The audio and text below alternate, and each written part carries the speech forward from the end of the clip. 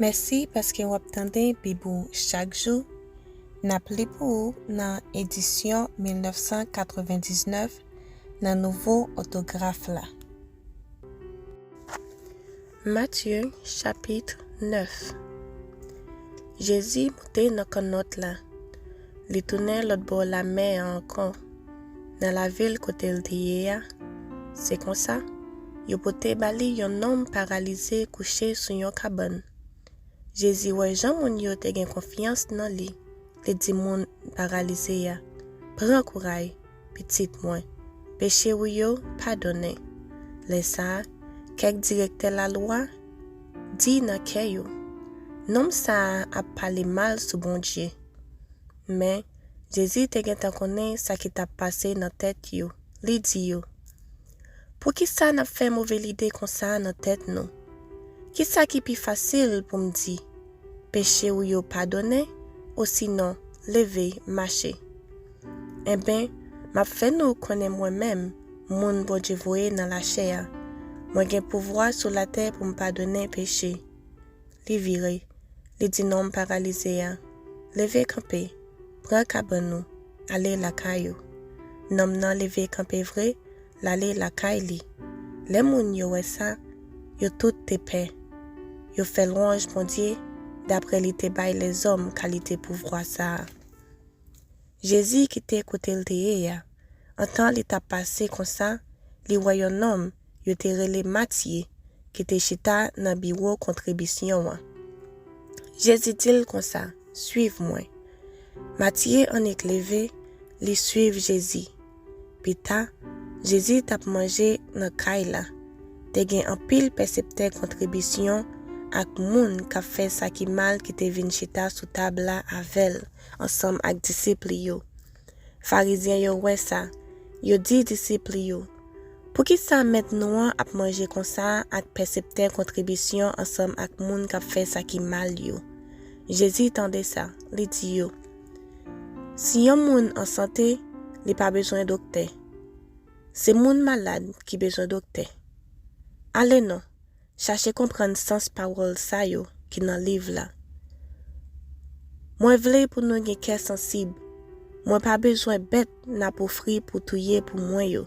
Paske mwen pa vin rele moun kap mache droit devan Bondye, men moun kap fe sa ki mal yo. Disip Jean-Baptiste yo poche bo kote Jezi. Yo di li.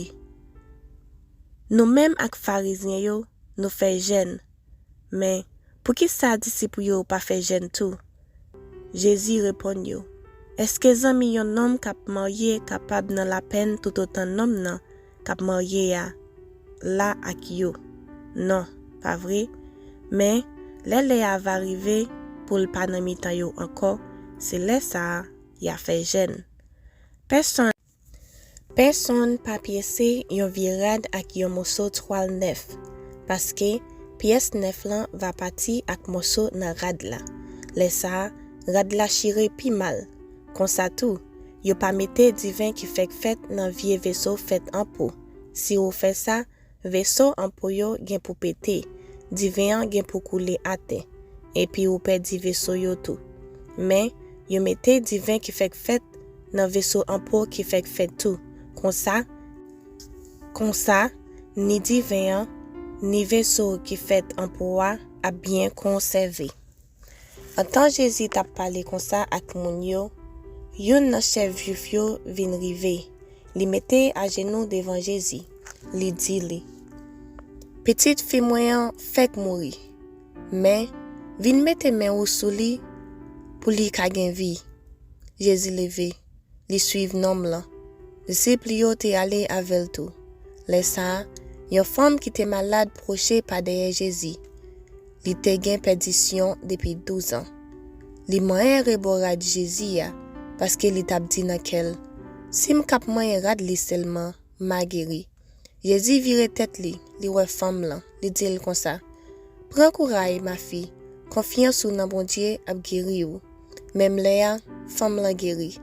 Le Jezi rive kay chef la, li wè mizisyen yo ki tap pare pou l'enterman ansam ak yon foul moun ki tap fe anpil bri. Jezi di yo, tout moun, soti. ti fiyan pa mouri, se domi l'abdomi. Yo pran pasil nan betiz. Le foul moun yo fin sorti, Jezi entre nan chambre lan. Li pran men ti fiyan. La même, ti fiyan leve. Nouvel la gaye nan tout pays ya. Jezi kite kote lte ya. En temps li tap pase yon kote, de avek pran mache de eli. Yo tap rele. Pitit David, gen pitiye pou nou.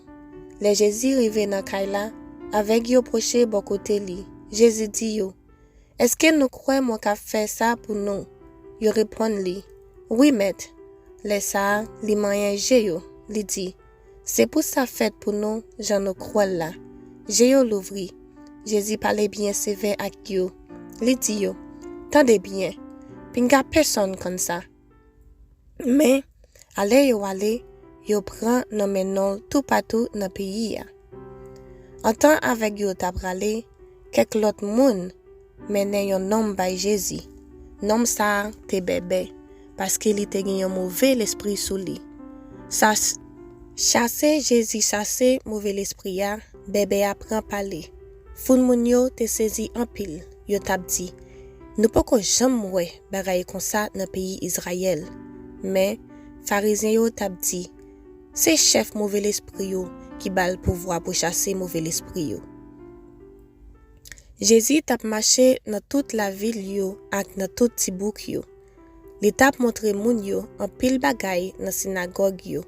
Li tap fe konnen bon nouvel peyi kote Bondye roi. Li tap geri tout kalite maladi ak tout kalite infimite. Le Jezi wè tout bon moun sa yo, kel fel mal pou yo, paske li wè yo te bouke, yo te dekouraje, tankou yon bon mouton san gado. Le sa, li di disipli yo, rekot la an pil, men manke travaye pou ramasel. Mande med jaden yan, pou li voye travaye nan jaden li. An nou priye. Papa nou ki piwo nan siyel yo, nou beninon, nou adore ou, nou glorifiye ou. Nou dzo mersi pou privilèj ki ou ban nou, pou nou kapabli posyon ekriti sa maten. Et nou dzo mersi pou la vi ki ou ban nou. Nou mande ou pardon pou peche nou yo, nou mande ou pardon pou sa nou fe ki mal yo. Nou mande ou tan pri Seigneur, aide nou pas seulement li ou tande pou tande, men aide nou a mette parolou en aplikasyon nan la vi nou, tout temps nap vive. Nou mande ou avec nou. Nou remet fren avec se nou yo nan men ou, et nou remet jounen nan men ou tou. Nou mande ou tan pri, pran kontrol tout bagay, sa ou ki nan detres, bay ou la joie, poske se ou même ki gen pouvoi pou bay moun la joie. Nou mande ou tan pri, avec nou, et jounen nan men ou. Se nan non Jezi ki nou priye ou. Amen.